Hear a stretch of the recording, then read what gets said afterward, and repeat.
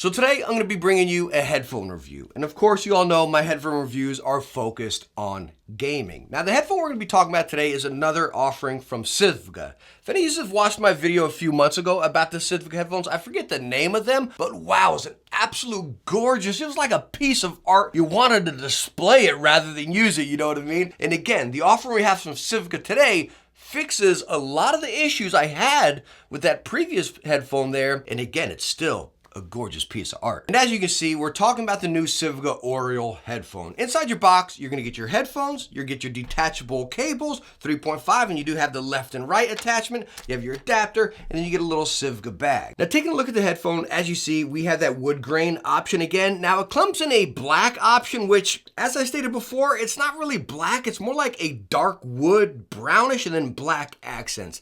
Me personally, I love this oak option with the gloss stain over it. Holy smokes, it is just absolutely beautiful. You got the tan ear cushions, the tan pad, and then the matching stitching up over there with the nickel-plated metal on the side. It just has a beautiful flow. But of course, as gorgeous as it is, and I can just sit here and talk about it forever because the lines is just flow smooth. It's just, oh my gosh, guys, it's stinking gorgeous. It really is. But of course, that's cosmetics. How does it feel on the head? And talking about comfort, as you can see, just sitting here, we have that full swivel all the way flat this way. You can turn them all the way other way, and then your ear cups go in and out. Plenty adjustability on the side. As you hear, clicky adjustments. Again, metal, which we're going to talk about in the build, but it does hold its position really nice. Now let's talk about these ear pads here. Plenty big, guys. As you see, the length of them right here, the width of them right here, and then the depth. You're not gonna have any issues with your ears touching the inside of drivers. You're getting pinched, they fit over your ears,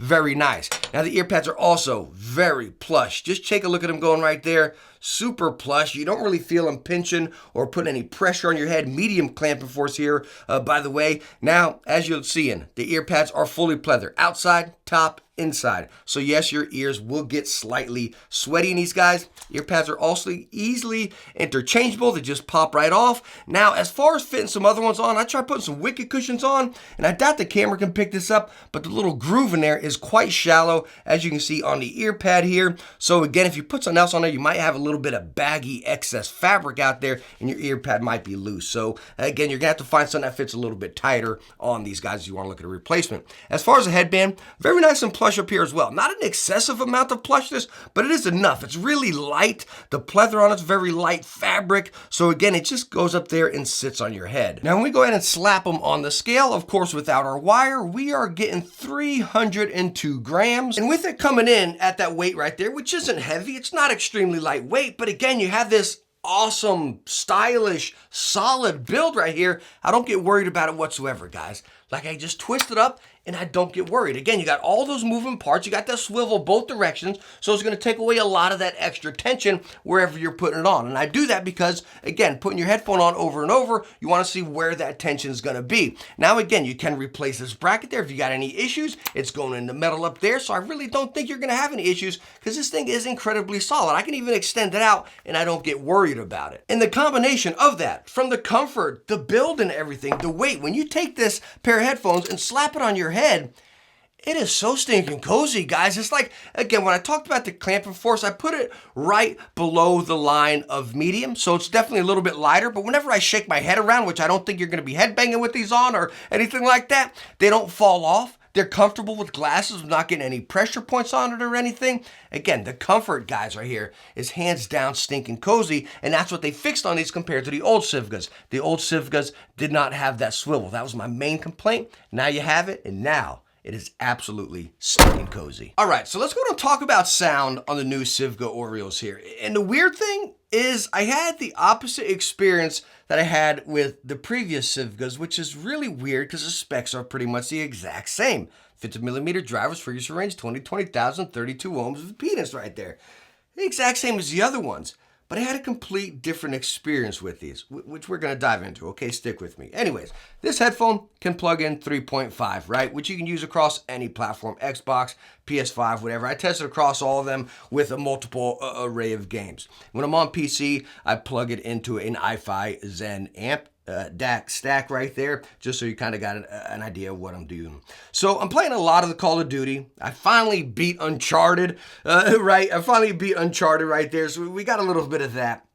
Now, again, how this was different is the previous Sivgas, I felt like there was a little bit more body within them, which is so strange. Like, how am I getting this with the specs the same, you know what I mean? Because these guys, I had so much highs. Like the treble was prominent. It was there. Sometimes it was too much there. Going into Uncharted, I'm at the last scene right there. The truck's coming through, the explosions, the crates, and everything's just going on, right? Gunshots and all that. And the highs were just like, they weren't ear-piercing, annoying highs where you're like, yo, I can't handle it, but they are constant highs. Hopefully that makes sense, right? So it's like, you got a lot of highs down there. You got bass that's gonna do a little bit here and there, right? It's not, I probably wanted more. I wanted a little bit more bass. What I felt like is the mids were, they were just shy. They didn't want to come out, right? I felt like they weren't sitting here kind of helping out the highs, just kind of softening them and rounding them out a little bit. I felt like the highs were just there and they were constant. I really didn't have mids or the low end kind of coming in, counteracting with those constant highs. So now let's flip it around and talk about me playing Call of Duty.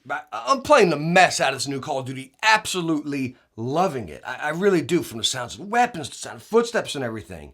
And wow, this was amazing for Call of Duty, right? Yeah, it's still geared more towards the highs, but again, it's not a constant scene like we just talked about with Uncharted or something, right? So you're hearing the gunshots, the weapons, where each weapon sounds different. You're hearing that reload where he pulls it out, flips it around, puts it back in. You're hearing all that. And I'm getting these footsteps, whether it's on top, on the bottom, left or right, and I'm hearing them precise and pinpointed. It was absolutely phenomenal. It was really great. It was almost shocking. I'm like, I had to check my set. I'm like, something ain't right here. Like, why am I hearing that footstep so prominent right now? It was really cool, you know what I mean? But again, you kind of had the opposite there, because with the previous Sivgas, I said, no, it's not for competitive at all. Is Call of Duty a really competitive game? I think you really got to focus on some footsteps, reloads, and some of your pinpoint sounds. I really do. And I got that here. But it was weird because, again, going to a story game, I felt like the highs were just too constant, and they were there. So again, let me kind of wrap this up into one basic sound thing. So again, we're talking used on a console, used on a PC and everything, playing story, playing competitive, okay? The bass is minimal, but it's there. It's definitely in the background. The mids, I feel like, are non-existent.